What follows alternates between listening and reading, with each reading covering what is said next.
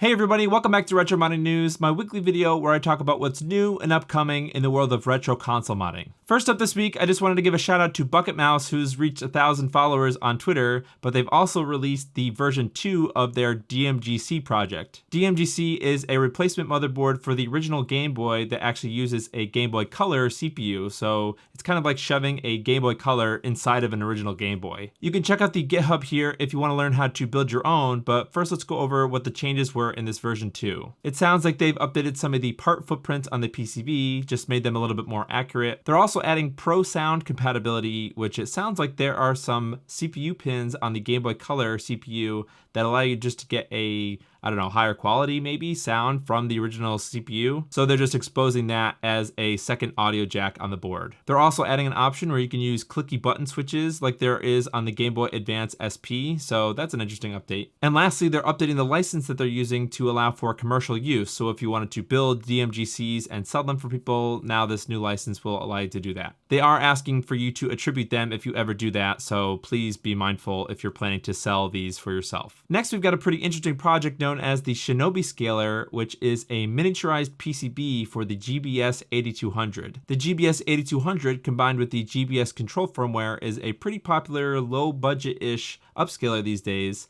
And now this project is interesting because it kind of takes that larger PCB and just makes it smaller. Let's take a quick look at the GitHub page here. Now it says that the Shinobi Scaler is designed specifically for portabilizers. And if you look at the images here, you can kind of see why. Now you might be asking yourself, how do you plug something into this and where do you get the output from? And if you look at the silk screen, you can actually see a box down at the bottom saying input. So there are vias at the bottom here where you can solder directly RGB and sync lines to the bottom here. And then at the top, you get, for an output, you get RGB HV or VGA. So that's the idea, is you might embed this into a much larger project where you have exposed lines for RGB, and then you can take the VGA output and pipe it into something like a little LCD screen or something. So overall, pretty cool project. Definitely not for everybody, but for the people that are trying to make portable consoles, I think that they might find a lot of value here. Next, let's talk about the GGHD or Gamebox's Game Gear Consolizer. Now, I know I haven't stopped talking about this thing recently, but they just listed it live on their store. So let's go over to the store and see if we can find any information about the specs of this thing. The kit cost $160 and a pre-built one will cost $362. Let's take a quick look at the detailed feature list. There are 3 different output resolutions. There's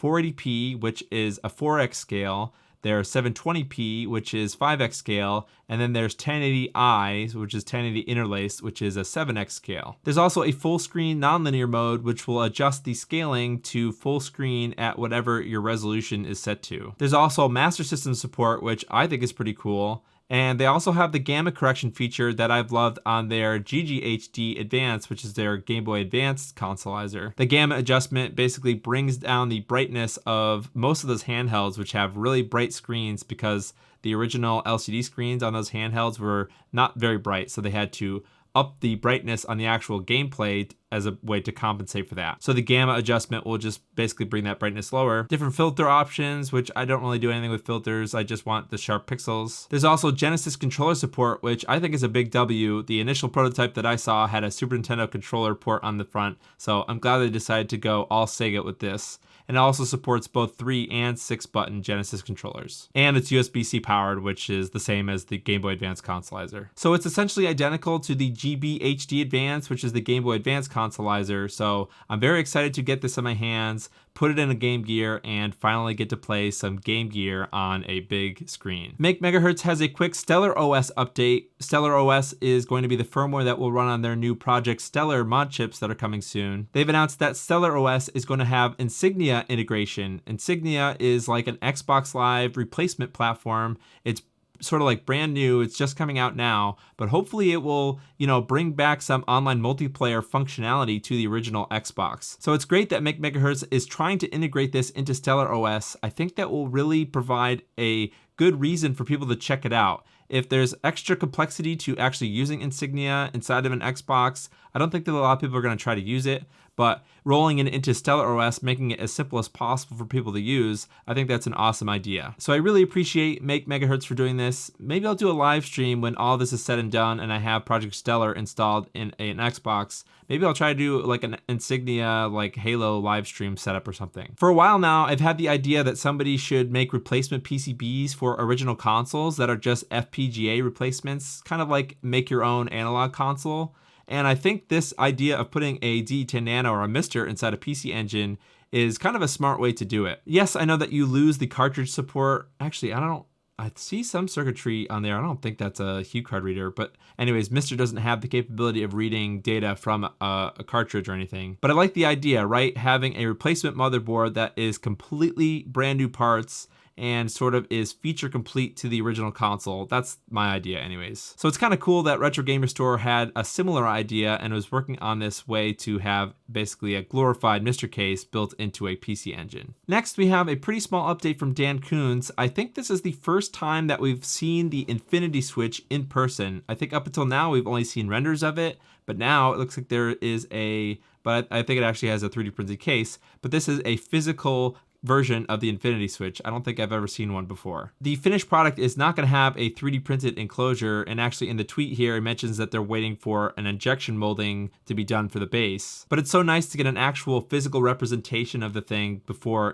people shell out a bunch of money for it. I'm excited for the Infinity Switch. Hopefully this means that we're getting pretty close to the release date. And for the big story this week, another banger from Dan Kuntz in the form of a PS2 digital flex cable installed in an actual console. The PS2 digital is an upcoming mod from PixelFX that is an internal HDMI mod, so basically gives a PS2 an HDMI port for you to plug into a modern TV. If we take a look at this photo, we can see a couple of interesting things. One, it looks like the flex cable for installing it is going to be two different types of boards, right? So we have this green in the middle here, which looks like it's a hard kind of quick solder board, so not a flex cable, but a hard solder cable. I don't really know what you call this, but so that's interesting how it goes all the way from the controller slots down to this chip over here. And then the rest of this to the left over here is a flex cable, which I assume that means that the rest of the mod is in a different location. But another thing that was pointed out in the comments is this is actually a PS2 Slim motherboard. And you can also see that there's